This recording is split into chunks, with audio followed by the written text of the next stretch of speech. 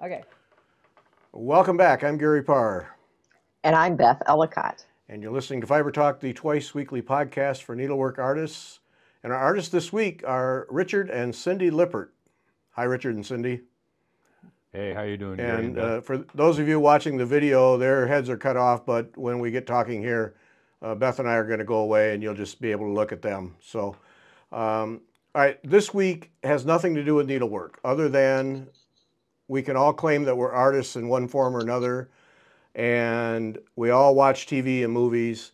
And so what we're going to do this week is a completely different thing. Richard and Cindy are longtime friends, and second career actors.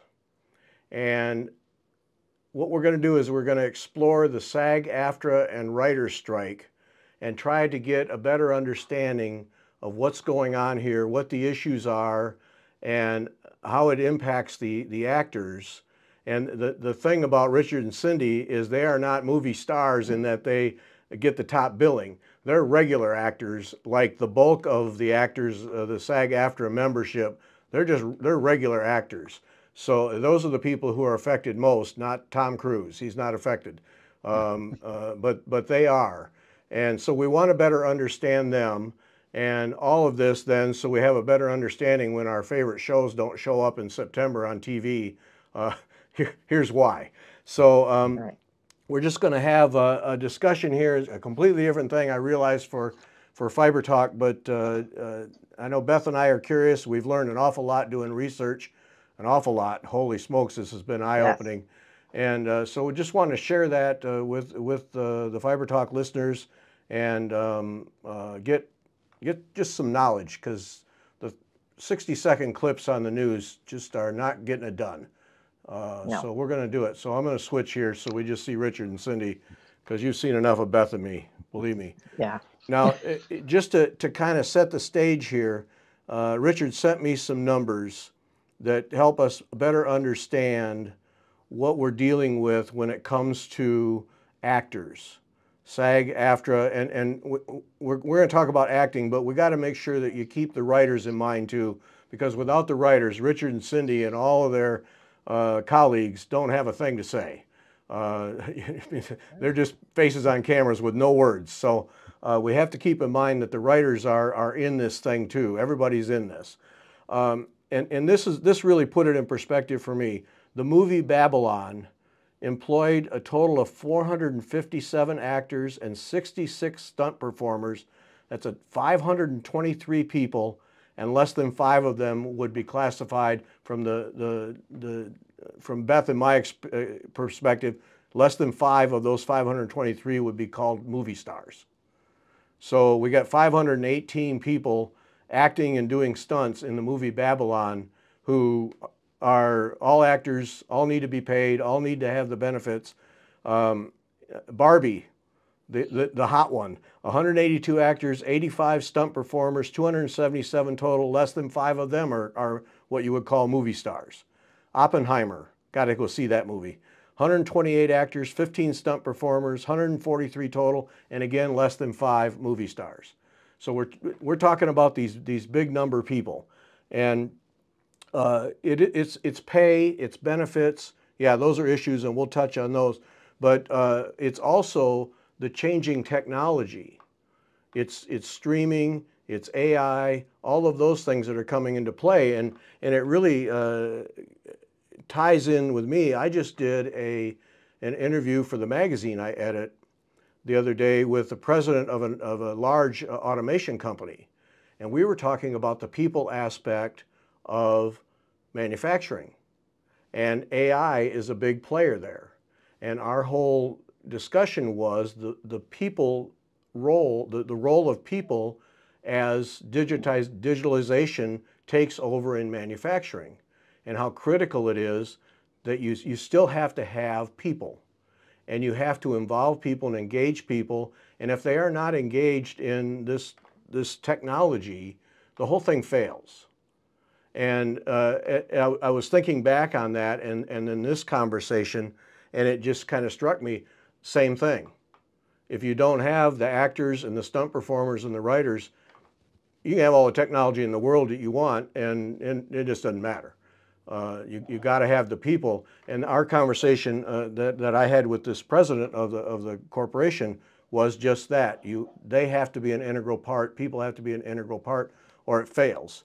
So, with that lead in, Richard and Cindy, give us your second career actors. So a little different from someone who leaves home from high school and heads to LA to become a star. Tell us how you got to this point, what you've done. I mean, you've actually moved from Phoenix so you could pursue these acting careers. So give us a little background on how you got to where you're at today. Sure. Should love to, and thank you, Gary. But I want to jump on those numbers for one more thing to clarify, and just use Babylon, and it's representative of all the films, so it's not singling it out by any stretch. Of the 518 people on that film who were not, quote, movie stars, end of quote, those people worked on that movie for anything from as little as 1 day to quite a number probably worked a week, maybe two. Very few worked a lot more than that. And only a very few at the rarefied, most pointy end of the cast list were in and around set for the entire 90-something days that it took to shoot that movie. So it isn't like those 518 actors worked for the 90 days and got paid for it. It's not unusual for an actor to go in a small part, do one scene, and be in and out of there in 1 day. And unless the character's somewhere else, they can't come back again. And that holds true on a series as well. If you're in a series and you appear in one episode of a series, you can't go back on that series unless they make your character that you portrayed come back. Also on the numbers you quoted, to be clear, those numbers do not include background actors. You know, Oppenheimer, for example, in addition to the numbers you laid out, had over 400 background actors. And Babylon had to be way in excess of that. Right. So, so there's that. Yeah, I saw that movie. There were a ton of people there. So then what you're saying then is, if I'm a secondary actor, I don't know if that's the right term, or a background actor, I'm there for a half day or a day, and I get paid for that, and then I'm done. Correct. So you could be, yeah, exactly. You could be. If you're going to be there as if you're just in a small supporting actor role, you could come in and you'll work maybe 1 day, and you'll be paid for that day, and then unless there's a reason for that character to be somewhere else in the movie, you're done. Yeah. So, and the same thing on a series. On a series, it's even more critical because of the multiple episodes that occur. If you appear even as a background person and are recognizable in one episode, you cannot go back on that series. Okay. Unless the character comes back. Yeah. Okay. So that then, to put that in perspective, then for those of us who work 9 to 5, 5 days a week, completely different, like opposite end of the spectrum in terms of employment. You get as an actor then in that situation, you get paid for that time, and then you're done. Where Correct. I work day after day, I get a salary. 15th and 30th, I get a paycheck. Completely different setup. Mm-hmm. Correct. Yeah. Correct. Okay. Absolutely. So, yeah. So back to your original question, and thank you for indulging that answer. I personally had been around the industry pretty thoroughly when I was in LA a long time ago in another career, and my neighbor at the time won the Academy Award for Ordinary People. Excuse me. And so it got me close to being in the industry. And so I was enthralled with it, but didn't do anything, went on and had a 40-some-odd year career in business. During that time, I was also a race car driver, and I was a national champion. And when I decided to not pursue that anymore, and I found out that Cindy was not really interested in me doing the Red Bull Air races, yeah, that was where the wide, hard line was. I learned quickly. Cindy, you're so selfish. You're just truly selfish, Cindy. Yeah. So I've had people say, "How do you let him?" And I said, "Where does the word 'let' come in? Yeah. Where is that?" Yeah. So anyway, so decided to go back. And when I was racing, I'd got involved in doing a couple of programs of stunt and counterterrorism work. I said, well, maybe I'll go back and learn to stunt drive. So as anything else, being obsessive compulsive, I jumped into that. I went through all the stunt schools there were, and also went to rally racing school and drifting school and all those kind of schools. And I became an instructor with one of the two major stunt driving schools in the country. And my mentor there, in fact, was the gentleman that did the semi-truck flip over in Dark Knight, if you recall that. Oh. And if you saw Tenet recently, he's the guy that towed the 747 into the building. So, pretty at the pointy end of the stunt community, and a wonderful guy, by the way. And so we would go out, and at the time I wasn't union, and so we would have web series and other shows would come out to us and want to either have us teaching their people how to stunt drive, quote unquote teach, or just do some stuff in the background. And of course, the Jim or Harry would do it because they're union. So I would do all that work. And then it got to be more and more. There would be somebody in the car with me and a camera guy, which, by the way, is the last thing you want to do is be the camera guy in the back seat of a car that's doing stunts. This is the word. I should interject here just so people understand. Dick is a former Air Force fighter pilot. Navy. I'm sorry. I knew I knew I'd get that wrong. Oh no, it'll never be right again. But Navy fighter pilot. So fast and dangerous is kind of his makeup. Yeah. So, but anyway, yeah. I knew the job was dangerous when I took it. Yeah, for sure. So anyway, there was more and more times when I would have to, have this person in the car with me, or I'd have to slide up to a spot and get out of the car and talk to the host. And I came home from class one day, and I looked at Cindy and I said, I'm just not as comfortable as I would like to be in front of the camera. So what would you think of taking an acting class? And then I'll turn it over to Cindy from there. I thought it sounded like fun, like underwater basket weaving, let's go take an acting class, And I had burned out from church ministry as a senior minister. I'd co-founded a church, took over an existing congregation of 83 years, and I co-founded a seminary and was president of a 100-year-old organization. And anything worth doing in our family is worth overdoing. So I completely crashed and burned in my own way. So when he said, how would you like to take an acting class? I thought, oh, that sounds great. And I thought, well, it'll be easy for me. I did 2 sermons every Sunday to large crowds and, back to back. And, I won't have a problem. It'll be hard for him, but he doesn't understand how hard it is. And so he and I decided to take an improv class because one of the reasons I burned out is my memory wasn't as good as it used to be. So I said, well, I just don't want to memorize scripts. So we signed up for this improv class. I sucked so bad. I was horrible. And by 3 months in this class, on the way home, we were talking about it, and I said, I just hate this class. The best part of the week is the drive home after class. Oh. And he says, oh my gosh, he said, I'm counting the days until it's time for class again.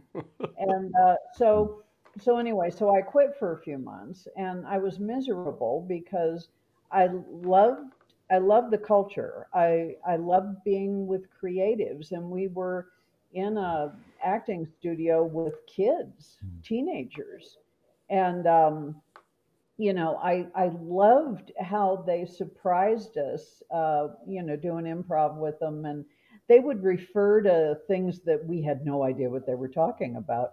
And so it really kept us on our toes. Anyway, long story, we ended up, I came back, we ended up down a rabbit hole that we both became passionate about it.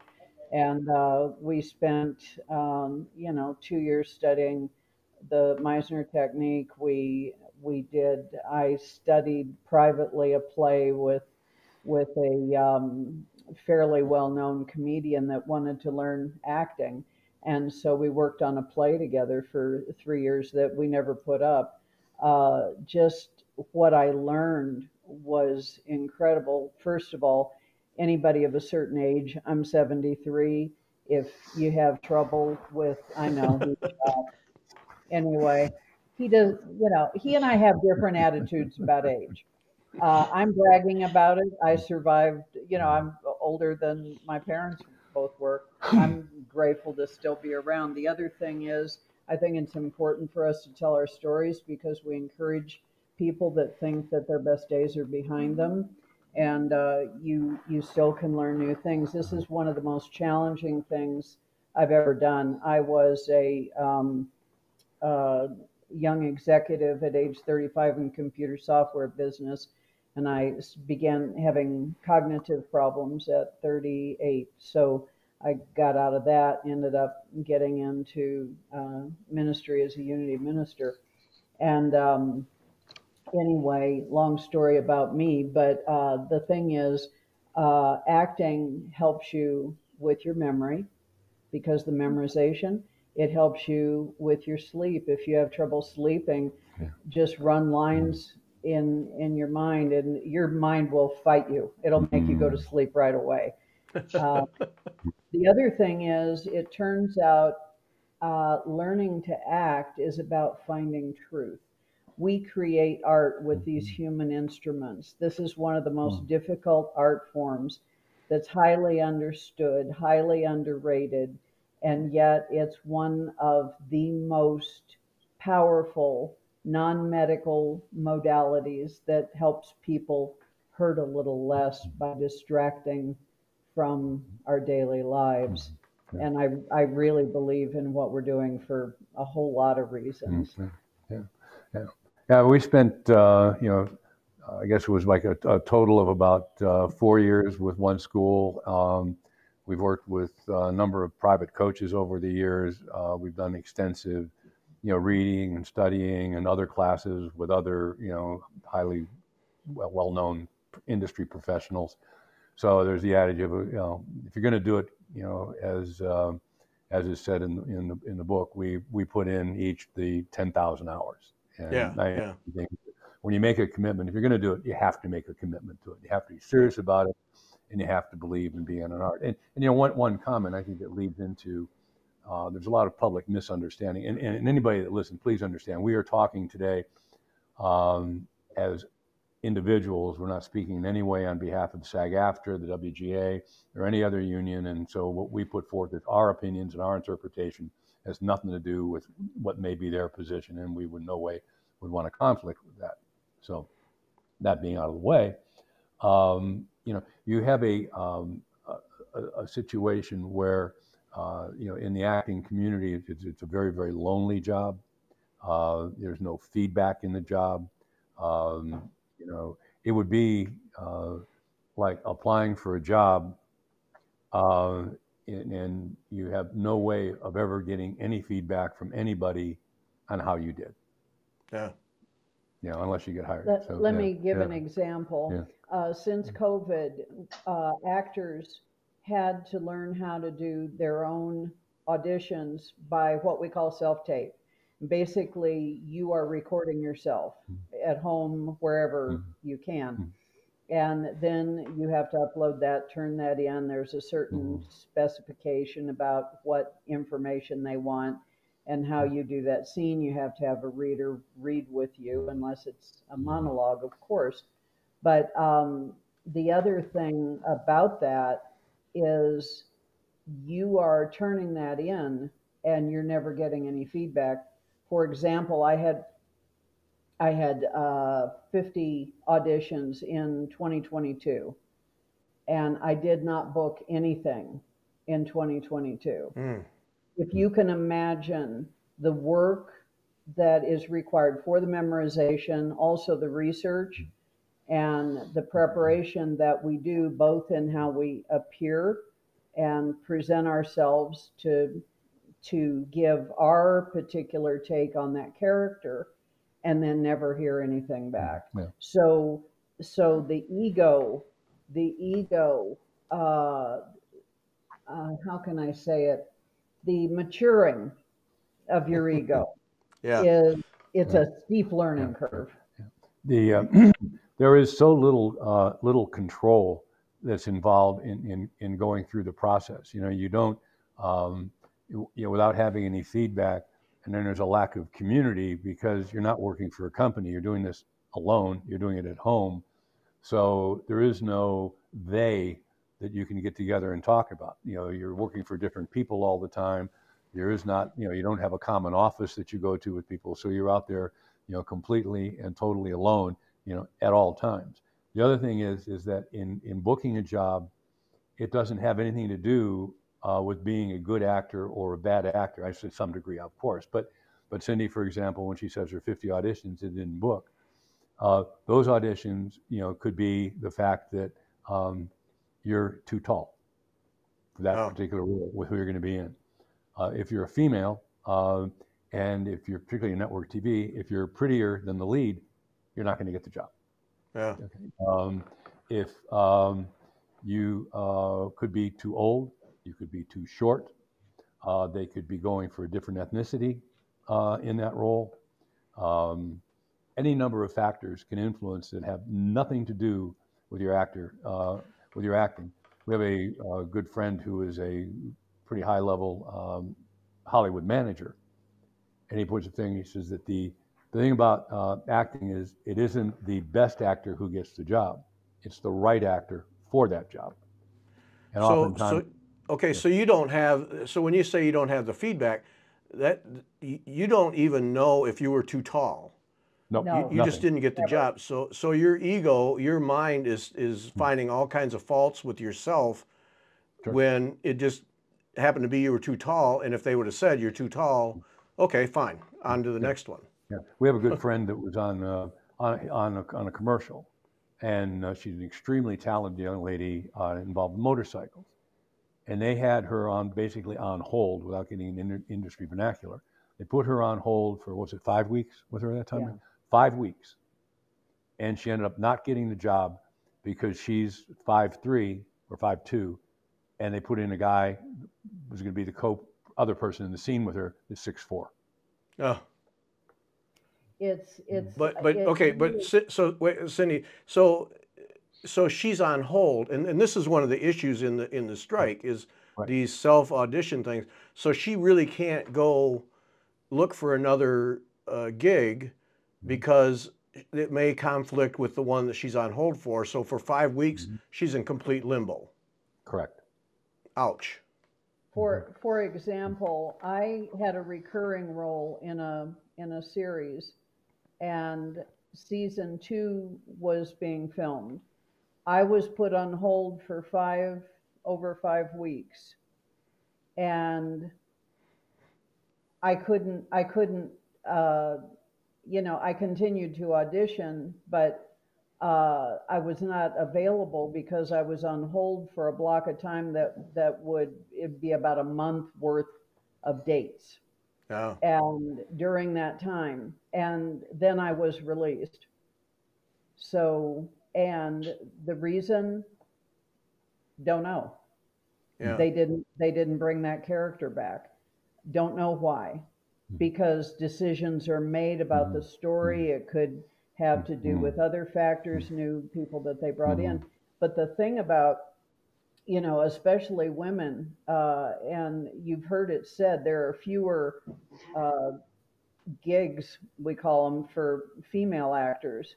That is absolutely true.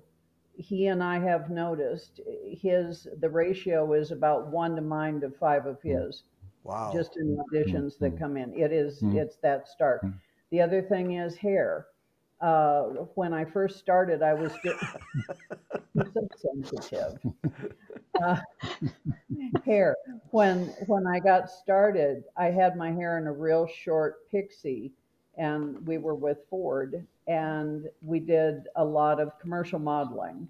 It was great for that. But when we then transitioned into film and TV, it was very limiting. And I asked one of my agents, am I losing roles because of my hair? And she said yes. So I grew my hair out, and then I started getting cast. It can be that Wow. simple. It could be that gray hair might be limiting, but it also might call for gray hair. So you can't go after and try to figure it out. You just have to be you and present what you have to offer, and that's your best hope. You know, you find your place, and if they're buying your look and your style and you. Yeah. So Yeah. One thing, a little off point, but a comment I want to get in before I forget what it was, is that as I read a lot of postings in and around the strike. And recently there was a Wall Street Journal article, and it has just under 600 comments on it. And I probably glanced through about 100 of them. And within that 100, there was one or two and one of them was mine, that were positive. And the others were all negative. And it was just, that the actors are overpaid and they're babies and there's this and there's that. And the reality is that the vast majority of actors do not become actors to become rich and famous and movie stars. They understand that could happen, but that's not why they're there. They're there because they're artists, and they want to be involved with good material and be able to tell stories through their role as bringing its characters to life and present them truthfully. That's why they want to do it. I mean, if it was about becoming, rich and famous and a movie star, nobody would do theater. And the way it is, the theater doesn't pay. And so, but that's where it is. And so when they're looking at the world of actors, to understand that this is not about being rich and famous and, having a mansion in Malibu or that. It's the people, as any artist, as your normal clientele are. There's an art in what they do. And, I'm sure many, many of them do it because they love to do it. They couldn't care less about ever selling any of their work, becoming famous for their work. And it's no different with an actor. Yeah. Basically, a career in, we'll call it the film industry. I've kind of divided it into 3 columns. The first one is learning the craft, the thing itself, how to act, how to do it, right? And the second part is the business of the business. And that's the thing that, the average audience, of course, would know nothing about. And that is the websites, IMDb, the things that we have to keep up. We have to create a reel, which is, or we get to, I should say, which are little pieces of film from projects that we've done. It's like our resume. We have to keep up with our headshots. Headshots are accurate photographs of what we present, what we look like. And those have to be done. They're very expensive to go to the proper people, because headshots are not just somebody taking a picture of you. It's an art form in itself. So there's a lot with the business of the business. But the third column is probably the one, in our observation in the time that we've been in less than 10 years, is what I call the emotional maturity. And one of the advantages Richard and I have is that we have a full life of, a long-time marriage plus a resume of working and being business owners and all of that, and just being in the world and traveling, that the younger people don't have yet. So when we're looking for truth, it's easier for us to access either people we've known or situations we've been in. But that third one is the one that will derail a budding actor, because they get discouraged. They're used to being patted on the head and told how good they are. especially if they've done a lot of theater and they're used to live audience giving them standing ovation, like I got in ministry in front of a live crowd. And, you know, so you don't get that with film. It's just the energy of the set itself and the people around you, but you really don't know until it's all put together. Yeah. Now you mentioned agents. Now in the movies, agents are forever fielding jobs. Obviously that isn't true. But I assume, I mean, you guys I know have had agents or probably have agents. That's just a tool that may open doors or may not. Yeah. There's two different categories that you run into, and you know, if you're, and we're trying to talk to this about the at the journeyman actor level. You know, if you're at the pointy end of the community, you know, if you're Brad Pitt or you're, you know, Tom Cruise, your relationship with your agent's going to be totally different than it is if you're at the journeyman level actor. Yeah. And your agent, the way the system works is a production company will have an idea for their story. They'll get the money to do it. They get it all laid out, and then they need to hire a cast. So they will hire a casting director. The casting director will go through the script, break out all the characters, learn more about what it is, what they're looking for. Then they will break parts of the script down so that there's what they call sides, which are mini scripts for each actor to use for when they audition. They will then put out to all of the agents that they are casting for these particular roles, and here are the sides. The agents will then submit anybody within their shop that meets even remotely those criteria. And sometimes they'll throw in a ringer, and sometimes the ringers get through. I mean, meaning that they're way out of, you know, completely different. Yeah. Then the casting director will notify the agents of which of those people they will allow to audition. Then the agent will send those sides with the criteria for the audition, when it's due, how to submit it, all that information to the talent, who will then, in today's world, submit their tapes and, you know, and send in their tapes. So your agent at that point is really, you know, they have an agency, and the small agencies that deal with the journeyman actors don't have a book full of A-list people. So they're not living off their share of millions of dollars a year in residuals that are coming in. You know, they're living much hand to mouth as the journeyman actors are. So they're going to submit as many people as they possibly can, and their first order of business is that they want their agency to get the job. Oh. You know, and at that point, while they may like individuals, they really don't care who gets the job. You know, but they want their agency to get it. And the more you begin to book and the more you earn on behalf of the agency, will you get a little bit of a boost? Will you get a little bit of a help with the casting director? Yeah. So looping back, it's within our criteria is that we, of course, have to know our agents and have our representation, but we also have to work whenever there's an opportunity to meet casting directors so that they want to bring us in.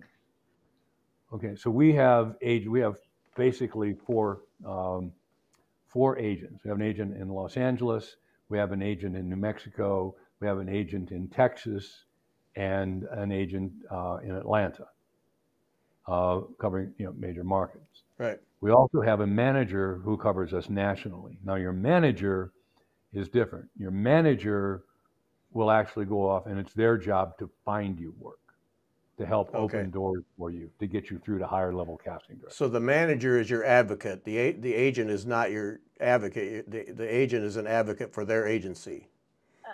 Technically, but your agent also is your advocate as much as possible. Right. That's fair, yeah. Yeah, you don't want to undersell the agent, but no, that really isn't at the journeyman level where they're. No, I mean, they all work incredibly hard. The casting director wants you to be the solution. They want you to submit, and they look at your tape, and they don't have to look at another tape because you're it. So they're all rooting for us in their own way. Yeah. But our agents are the ones that the casting directors contact the agents. Mm-hmm. The managers are proactive Right. in our behalf. That's a better way to put it. Yeah. Okay, I see. All right, so I'm getting this picture of a whole bunch of people all on their own little islands, all trying to get themselves to a production and get a contract. Yes. And if we can help each other, fine. But we're all trying to get. Wow, that's a tough way to stay employed. It is. There's a nasty word in Hollywood called frenemy. And he and I heard about it when we first started acting. We didn't understand what that was, but it's like, we can be better friends if you're not in my demo. In other words, if we're not competing for the same role, we'll probably be better friends. But the mature, hopefully the mature actor, and I don't mean that age-wise, I just mean emotionally mature, looks at each other as, hey, we're all in this together. You know, we may look similarly, but we are two different actors. We provide two different solutions. But the point about being there alone and doing those things, and what Cindy kind of alluded to earlier, is that having a sense of community and a place to get together and share really helps to keep one's mental health going. So we formed, probably a year and a half ago now, maybe. Yeah. We formed our own, no name right now, but basically our own actor studio, where we have had people by invitation. We meet once a week, and those who can make it. And we work on stuff. Whether somebody has an audition, that's not going to be in conflict with 3 other people in the room. Working on a scene study, do some improv, work on monologues, and talk and just open up. Which has been a really healthy thing, and the people that come love it, and then everybody comes, whenever they can. Life interferes, but one of the things I wanted to build into this. Okay, go ahead. Let me just add to that. The reason that group has become important, and it doesn't take the place of a class, but what it is a hedge for the fact that classes are very expensive.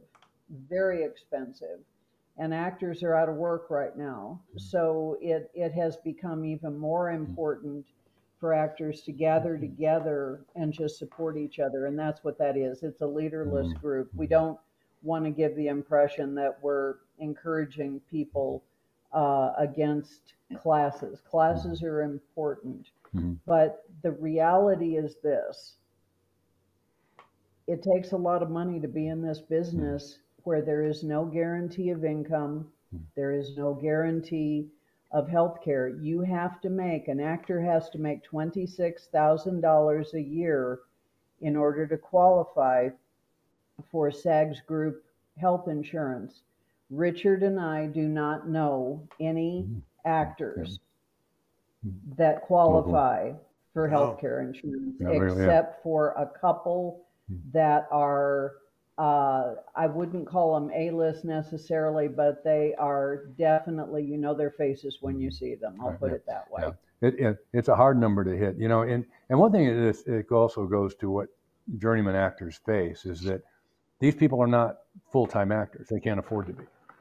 And so they have to have survival jobs.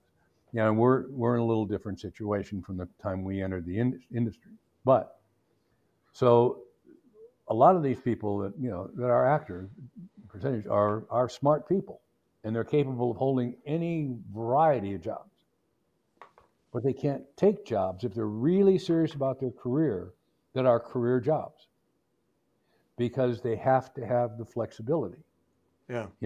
We used to go in the room for auditions, and if you were in LA, you might have a couple of auditions a day. And if you've spent any time in LA, and if you live in Hollywood and you've got to go to Santa Monica at 3 o'clock in the afternoon, you're taking the whole afternoon off. That's the way it is. And if you book a job, you're going to they're not going to work weekends. You're going to go in on whatever day of the week it is, or days of the week, or however, if you get lucky, how many weeks or even a month that you're going to have to go. So you see actors taking jobs that are below their career abilities. And it's a sacrifice they make to pursue their art. So that's why you see so many actors who are working in things like food service, Ubers, other jobs, or as contractor under independent contractor status, so that they can have the flexibility because their craft takes the priority. Yeah. So it's a big sacrifice. Supposed to be all easy. Yeah. Yeah. Well, It is, should, yeah. Yeah. it should just be fun, and if Yeah. we probably had a brain between us, we would audition for community theater plays and have a little easier little time of it. At least you get in front of an audience. But overall, she and I have done different things over our careers, not all of them easy, and we would agree that overall, this is the overall hardest job we've ever had. Yeah. Talk about, the big two in this thing, other than salary and pay, which we can find those numbers anywhere. The small percentage of any major corporation, Disney or any of them, that would be required to meet the requests of the union is, that's, how many times have we seen that movie? But streaming and artificial intelligence, this whole AI thing, the first time I read, and Dick, Richard, you sent a couple of things about AI, where they can have an actor come in and record for a day, half a day, get their facial expressions, their voice and everything, and then AI would allow them to use that recording and basically make up characters, is what I'm getting out of it, for as long as they want. And of course, then that's a diminishing return, because the more bodies you get in initially, the fewer live actors you need down the road, because you already have a stable of recorded actors. I mean, to me, that's, pay aside, that technology alone is frightening. That's scary. Yeah, and if you watch Indiana Jones, the youth scenes of Harrison Ford are AI. They're from other footage that he's had over the years, and they're able to apply it. And if you look at it really close, you can see that it's not perfect yet. Yeah. But let's make that distinction, because there's technology called Lola. And Lola you've been seeing without realizing it on newscasters, on news shows, but also in film. And what that is, it's like Photoshop for film. When you see your favorite star out on the street being caught in an interview, or just paparazzi or something, you're kind of shocked that they look much older than they do in the film. That's Lola.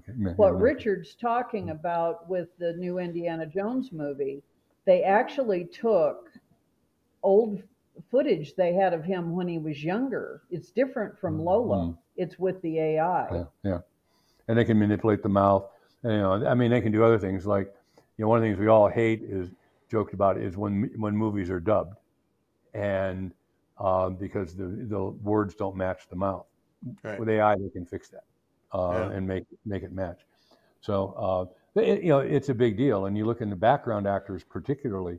I mentioned on Oppenheimer 400 background people, and I was on that movie. And if you got a bunch of AI images scanned in, how many do you really need to hire? Right. Right. And so it really can begin to work its way up from that level. So you got to watch how it affects background probably first before it moves up.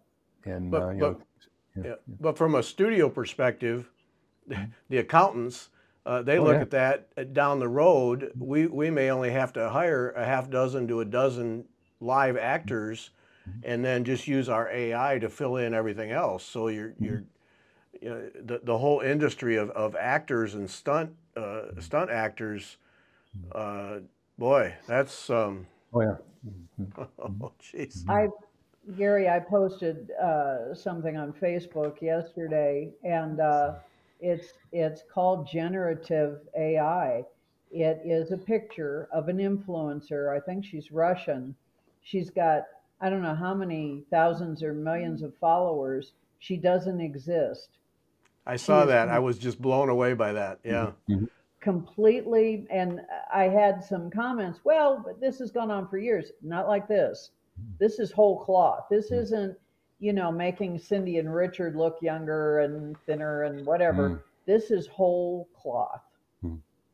Yeah. AI is frightening. There's an article today on the Futurist that talks about you can use AI to generate your girlfriend or boyfriend for perfect compatibility. You can just create this, which is, when you combine that with Meta and the ability to order food and everything else and do telemedicine, it gets a little scary about how people might live in a few years. Yeah.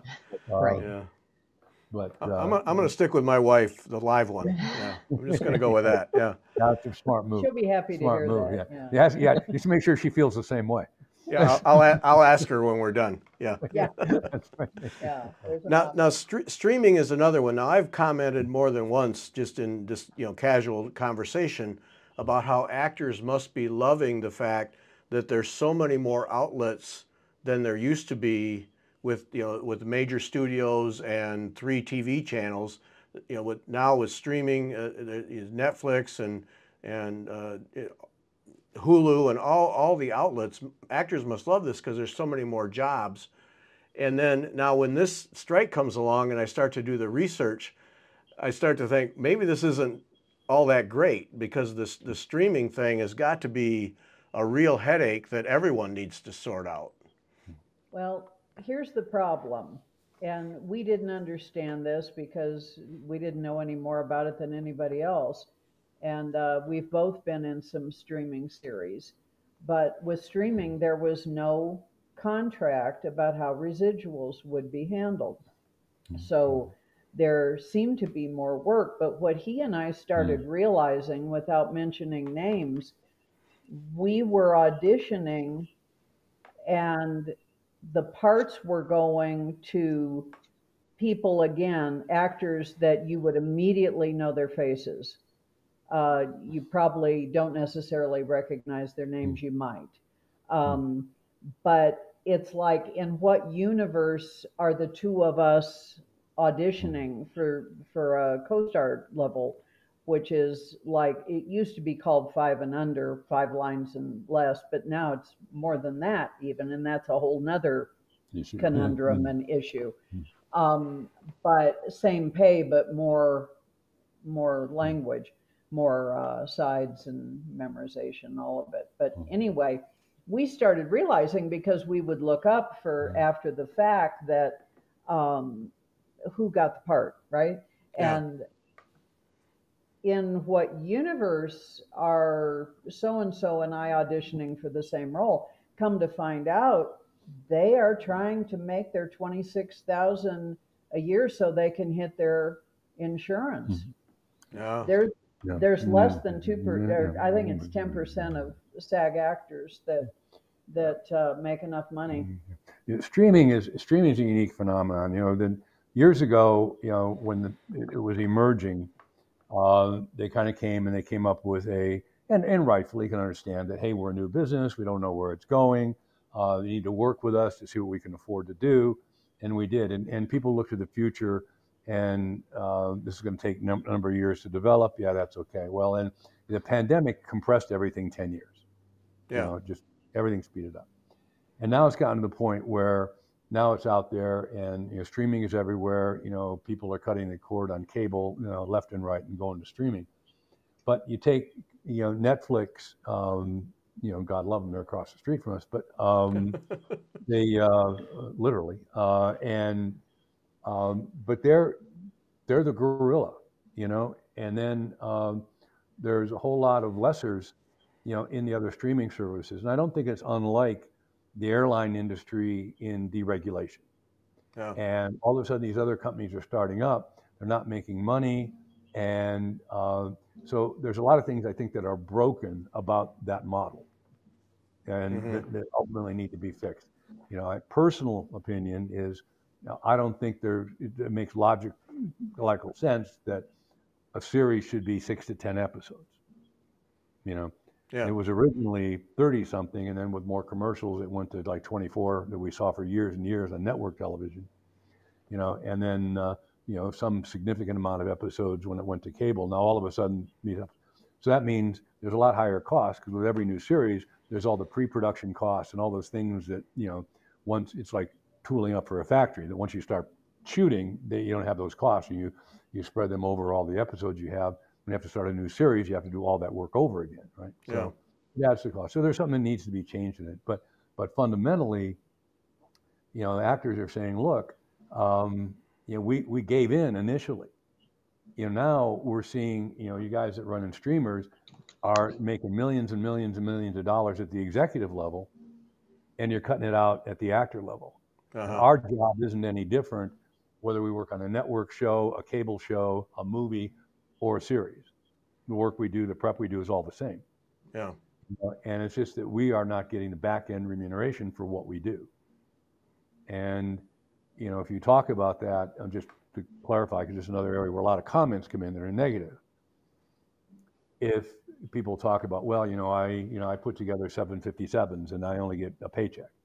You know, we hit this a little bit earlier, but if you have a situation where, you know, somebody comes in and you pay somebody $200 to come in and fix your refrigerator, and you video them while they're doing that, and then you take that video and you're a streamer and you put it up on your YouTube channel or on your Instagram, and you start making money off of it, and you start reusing it. And if you're clever with AI, you start changing your image, and now you have them fixing your dishwasher and changing the oil in your car and doing all this other stuff, and you're selling the image, and this poor person got $200.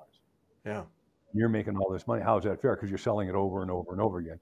It's more like being an author selling the book over and over and over again. So, right. Right. That's really what they're looking for on the residual side. Yeah. Yeah. So that's a quagmire that's going to take some effort to get worked out, I'm sure. Because the streaming people are not going to give up that money if they don't have to. No. Yeah. But it is the money that actors relied on to help support them between jobs. Right. So, and if you look at a show like Friends, where, you know, in the years after that show, when it went into syndication, they're making, $20 million a year off residuals. Yeah. Now you have shows like Orange is the New Black they resell it into streaming, and the people that run that show make nothing. Oh. Yeah, that's tough to swallow. Yeah. Mm-hmm. Oh yeah. Now, see, it's interesting you mentioned Friends, because I remember when that cast, the main cast, basically did a mini strike and said, we want X per show, and you know, for the everyday worker, that's like, you know, how greedy can you be? And with all that you've shared with us, it becomes pretty clear. You put your stake in the ground and get your money now, because you may not see it again. Right. And you may not get another job again, and you ride that series to the hilt because it's putting a paycheck in your bank on a continuous basis. Wow. You have to think of it in terms of art. It's really an art form. Yeah. And you know, I've been a painter for a long time before I got into ministry, and you know, if I were to sell that painting, I'd be paid for it. Yeah. If I created prints, I could sell it over and over and over and over. I could create T-shirts and all kinds of things.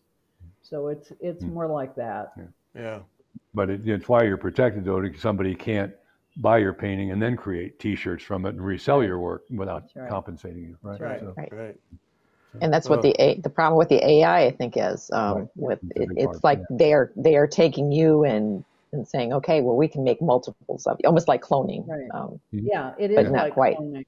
It is like cloning. The other thing is Hollywood doesn't garner a lot of sympathy. People think of actors and they refer to wacko Hollywood. You're looking at a handful of unfortunate people that have drug addiction and emotional problems and all kinds of stories that make tabloids a lot of money. And so that's what they think. But you never hear stories about Tom Hanks and his wife who are living quietly, or where Billy Bob Thornton is on his ranch in Montana or wherever.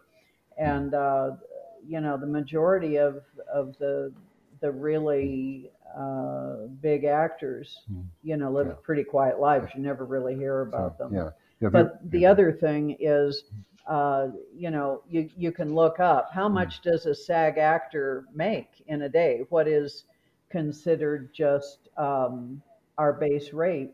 And it sounds like a lot of money until you realize that you may work one day. And that may be one day that maybe even a week, and the next gig isn't for a couple of years. Yeah. Well, that's exactly what I'm taking out of this and have learned just in getting ready for this, is that very thing. Because you see that fee per day, and in my world, well, that's times 5 times 30 times, you know, that's pretty good money. But when you learn that it was that day, that's it. It changes the game. Yeah. Oh yeah. We have a friend that said to me, Cindy, do you get paid to act? I said, yeah. He said, very much? I said, yes. And he said, you just don't work very often. I said, right. That's right. Yeah, exactly. He said, so starving artist is a thing? I said, it's a thing. It's a thing. It's a very, very tough job, you know, and I forget if it was who said it the other day. Somebody pointed out, there's a thing called top of show, which is for what they'll pay for a guest star, and it's and it goes in Stratus working on a show. You have your co-star, which is typically should be the smallest parts. Then you have a guest star who's going to be a much more prominent role, and then it'll go into, you can have a recurring co and a recurring guest on up to series regular, and then, you know, the lead, if you will. But when you're working down at the bottom in the guest star role, then they call top of the show, which is the maximum amount that they'll pay. Okay, and so let's say you get a guest star role, and let's say that number for a guest star role in that episode, which is going to be encompass multiple days of work, might be $8,000. And you know, it's hard. You audition and you don't book a lot of your auditions. You get a lot more no's than you ever get yeses. So let's say that you're a pretty lucky person, and you get 3 top of show guest stars a year, which is pretty good. You're going to make $24,000 and you won't qualify for health care. Wow. Ouch. Well said. Yeah. That's it. If you were to tell an artist, an actor, I can guarantee that you will have your health care, and that you can make enough money to rent a small apartment and keep gas in your car, and some, you know, food. They'd be thrilled. They'd be totally thrilled. Yeah, fortunately, actors don't eat much. Yeah, they don't eat at all. Just as an aside, the first party we went to at Ford, my husband said, well, we'll eat at the party. I said, there won't be food. And he said, well, yeah, it's a party. It's a Christmas party. I said, it's Ford. Ford models. They're models. They're not going to be eating. There won't be food. And she was right. I was right. I did have a piece of cucumber, I think. I was going to say, gnaw on some celery. Yeah, have a good evening. All right, I think we'll end it right there. Boy, this has really been enlightening. Thanks, you guys. Really appreciate it. Thank you anytime. It's been great to connect this way. So. Yeah. All right. Well, thank you very much, and thanks to everyone for listening. Thank you, Beth. Yeah, thank you. Take care.